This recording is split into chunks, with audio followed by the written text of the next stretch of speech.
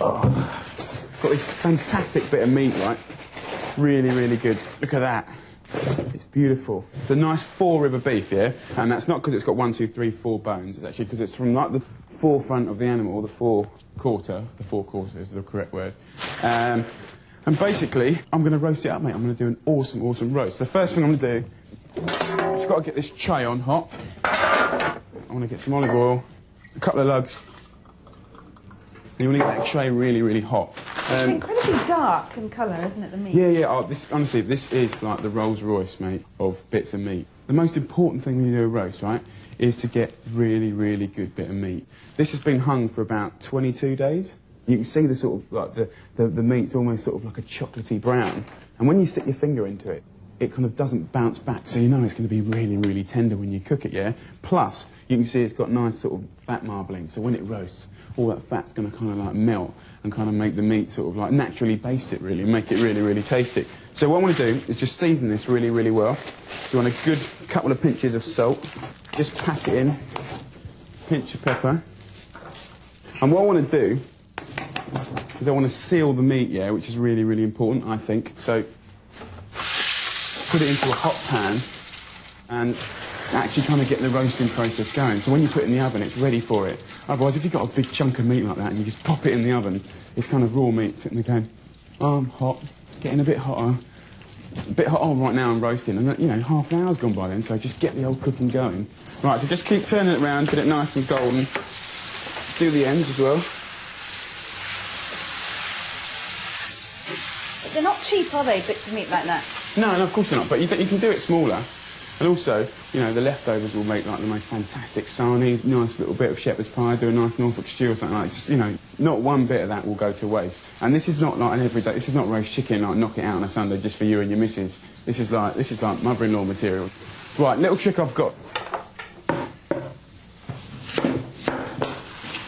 So I've got this lovely bit of meat. Just so it's not pan frying on the bottom, right, I'm going to put the onions on the bottom, and that's going to hold the meat off the tray. Whole garlic clove, skin on. But also, when it comes to making gravy, just get rid of the fat and just, like, squash up all those onions and the garlic and stuff. You know, the tastiest gravy in the world. So all I've got to do now is whack it in the Arga. Right, and that's cooking about 230 degrees, yeah? So we'll get that going for at least half an hour. And then I've got some whole white onions.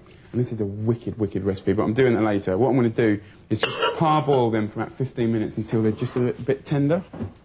And then over here, I've got the kind of, you know, I'm doing the roast spuds, so I've just peeled them, cut them up into chunks, salted boiling water, boil them for 10, 15 minutes. I've just got to go and raid the garden now. There'll be nothing left by the time I'm finished.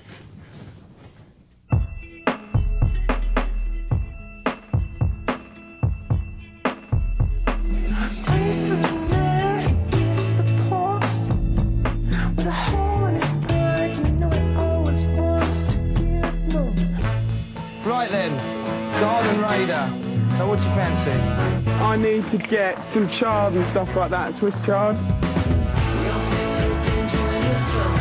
Yeah, these beetroots are beautiful. See, I don't like beetroot. Why not? I can't eat beetroot. It's one of those things when I was a kid. Have you ever had the leaves? No. Beautiful.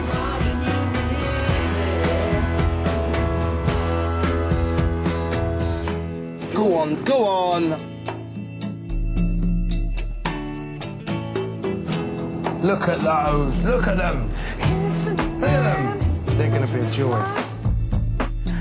I say, look at the size of that. An easy pleaser. Come on then, to the kitchen.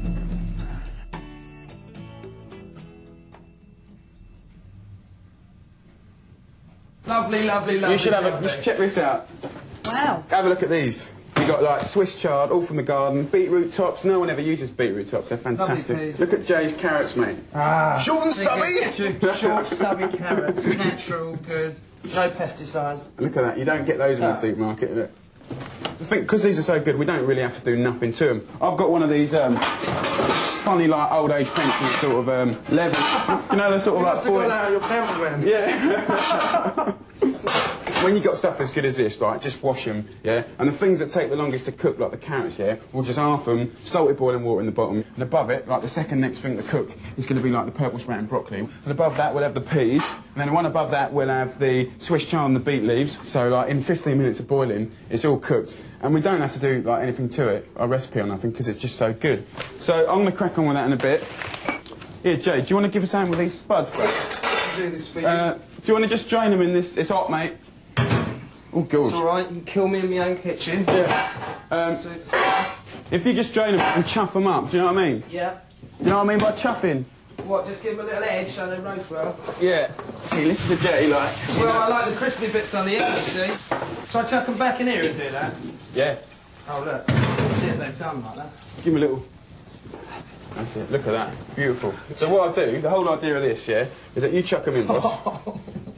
Oh. Have you ever seen a bit of meat so large? Oh, that's so beautiful. So that may not get back in the oven. Right. Spin those around. Do you want me to get some of those out of the way? Yeah. Get some space for your beef, son. Yeah, mate. If you push those onions to the middle, sort of thing. Push them to the middle. Yeah. You're going to lay it right on there. Yeah. Okay. Lovely. Tucker, get him back in there. Lovely. Glorious. Nice one, mate. You're in. So there you go. Basically, loads of lovely juice around. I'll tell you what I will do. I've got some rosemary from Jay's garden, right? And just sprinkle it around, because rosemary and beef's wicked. We were quite surprised, Jay, when Jamie wanted to cook you roast beef. We thought maybe you'd want something more fancy.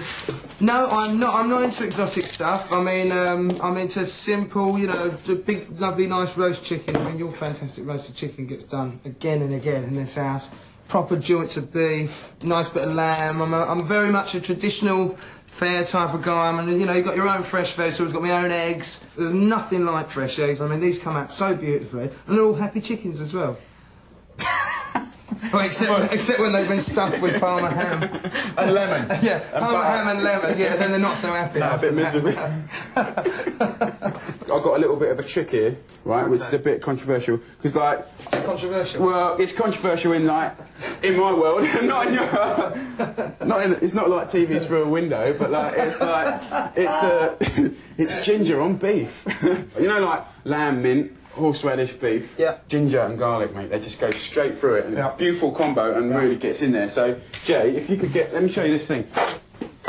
Like, chefs don't use these sort of things. It's like... That's why I use one. It's like, yeah. Do you use one? It's like asking Jay to drive an automatic, do you know what I mean? Just not fast enough, mate. Or a camper van. Yes, or... How dare you! It's the love wagon. What I want you to do is just fire it over everything. Okay. And what I'm going to do, while he's doing that, is I'm just going to peel this ginger, and that's even fine, mate. over you as well. Yeah, absolutely, mate. And grate it over. You could use one of those guns, but I've only got one, so... So the idea is just to absolutely splat. I mean, I use about 5 cloves of garlic and about 2 finger-sized pieces of ginger. And basically, this, I think this makes all the difference. You know, if you want to muck about with something safe and traditional, like a good old bit of roasty, then this is about as adventurous as I'd get, really. Oh. You're done, son. Nice one. What I want to do is just pop that back in the oven, give it about another hour and a half, 25 minutes a kilo, which gets you nice and pink. Let it rest for a good half an hour, and we'll be laughing, mate. Crispy spuds. Top oven, Mr. Oliver. Yes, please. Get him in there. Superb. So that's in the oven. All done, another hour and a half. Genius. 2 bars into it, yeah? 2 bars before the boogie.